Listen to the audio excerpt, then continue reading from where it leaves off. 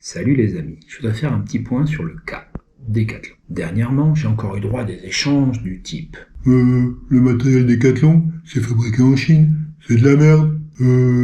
Les vendeurs, ils y connaissent rien. et ça, franchement, ça me gave. Générique.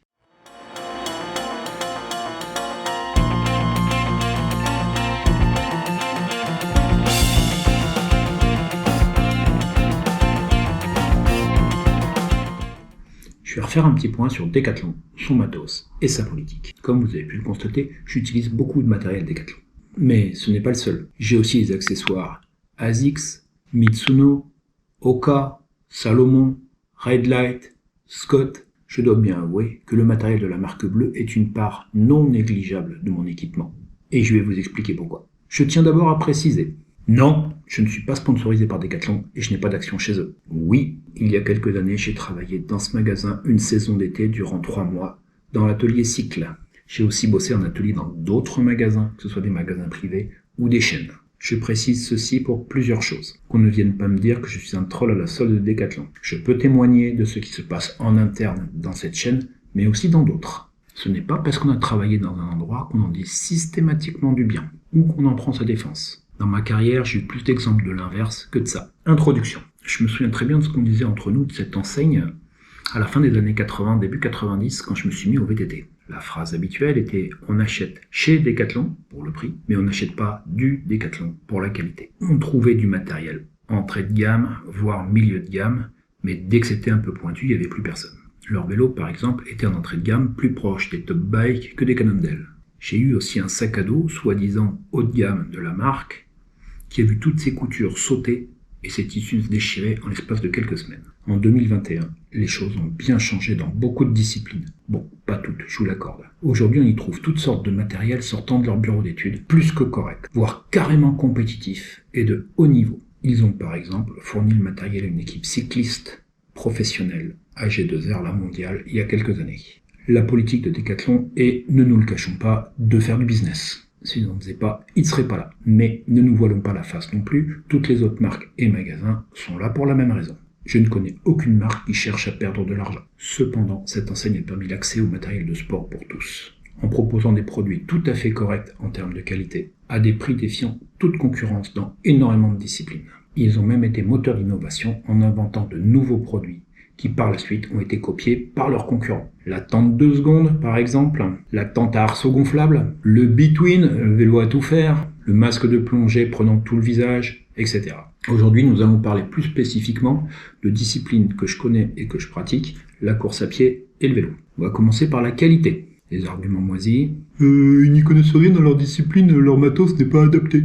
Le matériel Decathlon est développé et testé par des sportifs. Il passe par les mêmes séries de tests à petite et à grande échelle que tous les autres produits des autres marques, peut-être même plus. Je vous mets ici le lien vers la vidéo de Jean-Charles de la Route du Trail qui explique clairement son boulot de testeur pour Decathlon. Ils font fabriquer leur matériel en Chine et en Asie. Oui, comme tous les autres, mis à part Red Light qui a une partie de sa production en France. Tous les autres font fabriquer leurs produits en Asie, en Afrique du Nord ou dans les pays de l'ex-Europe de l'Est. Personne de bon niveau n'utilise ce matériel. Et non, aujourd'hui de plus en plus de coureurs de bon voire de très bon niveau utilisent le matériel Evadict. Et c'est pas par hasard. Point suivant, le prix. Le matériel est moins cher donc c'est forcément de la merde. Ça, c'est mal connaître le fonctionnement de l'industrie. Leur matériel est moins cher pour plusieurs raisons. Le prix de vente final est fixé dès le début du développement du produit. Ce qui fait que les solutions techniques recherchées et trouvées doivent s'adapter à ce prix et non pas l'inverse. Un géant tel que Decathlon a une force de frappe en termes de vente bien au-delà de n'importe quelle autre marque, ce qui leur permet de réduire leurs marges et de faire leurs bénéfices sur le volume. C'est le principe de fonctionnement de toute la grande distribution. Ils ont fait le choix marketing de ne pas sponsoriser de sportifs professionnels. Ils n'ont donc aucun salaire dans ce domaine à payer, aucun billet d'avion, aucun hôtel. Leur choix est d'accompagner le plus grand nombre en aidant plutôt des compétitions, événements et des clubs à l'échelle locale. Ils ont choisi le grand public plutôt que l'élitisme, ce qui ne les empêche pas d'être partenaires des prochains Jeux Olympiques en 2024. Savez-vous comment est fixé un prix dans l'industrie ? Pas en fonction du coût de revient, mais en fonction du prix que les gens seront prêts à mettre pour avoir ce bien. Et donc, de ce fait, de l'image qu'il renverra. Par exemple, l'R5, qui a été l'une des plus grosses ventes de chez Renault, a été un four économique. La marque ne gagnait pratiquement pas d'argent sur ce modèle, mais a continué à le produire afin de couvrir un maximum le parc automobile et avoir l'image de voiture pour tous, en profitant pour fidéliser sa clientèle. Point suivant, les compétences. Les vendeurs n'y connaissent rien. Il se trouve que chez Decathlon, les vendeurs sont embauchés en fonction de leurs pratiques sportives, et donc de leurs connaissances dans le domaine. Dans les 2 Decathlons que je fréquente, les vendeurs des rayons dans lesquels je traîne, vélo et course à pied, sont tous des pratiquants. De plus, l'entreprise met un point d'honneur à former régulièrement leurs vendeurs sur les nouveaux produits. Donc, en allant dans l'enseigne, on a de très grandes chances d'être très bien conseillé.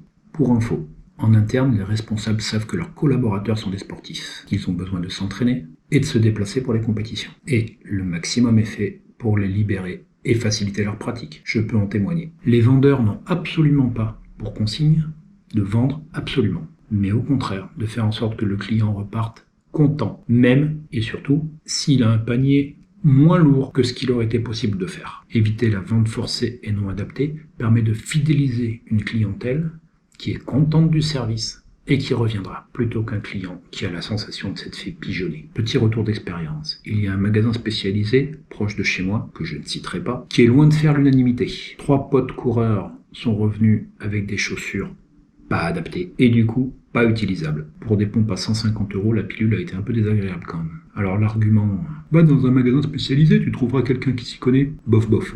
Le réel problème Decathlon, quand vous achetez un produit, vous payez son prix de revient, mais vous payez aussi son image. Pour certains, il est impensable d'être habillé ou équipé en Decathlon. Salomon ou Compressport étant un strict minimum. Sinon, Gucci, t'as testé pour courir? Et c'est bien là le malheur de Decathlon sur les réseaux sociaux et sur les lignes de départ. Être habillé en Decat, ça fait pas classe aux yeux de certains. Ils mettent donc ça sur le dos de la qualité ou de la compétence des vendeurs. Un produit vendu cher aura une image bien différente d'un autre dit pas cher. Et ce, quel que soit le prix de revient réel. Cela correspond à l'image de la marque. Une Bentley ou une Rolex coûtent à l'achat beaucoup plus cher que leur prix de revient. Mais bon, si t'as pas ta Rolex à 50 ans, hein. Donc non, Decathlon n'a pas de problème avec son matériel. Il n'est pas question de qualité ou de compétence des vendeurs. C'est plutôt ceux qui dénigrent cette marque qui devraient se poser quelques questions sur leur relation à la notion d'image de soi, voire même leur rapport à l'argent. Alors, n'entendez pas que je prône le tout Decathlon. Non, beaucoup d'autres marques plus petites font un excellent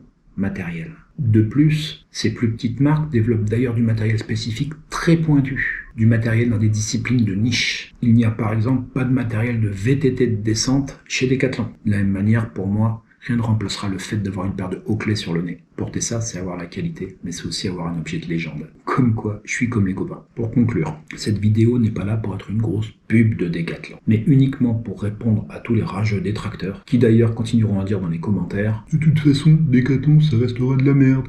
Et chez moi, le vendeur n'y connaît vraiment rien. » Si cette petite vidéo t'a plu, pense à lâcher un petit pouce, à t'abonner, à cliquer sur la cloche pour être au courant des prochaines qui vont bientôt sortir.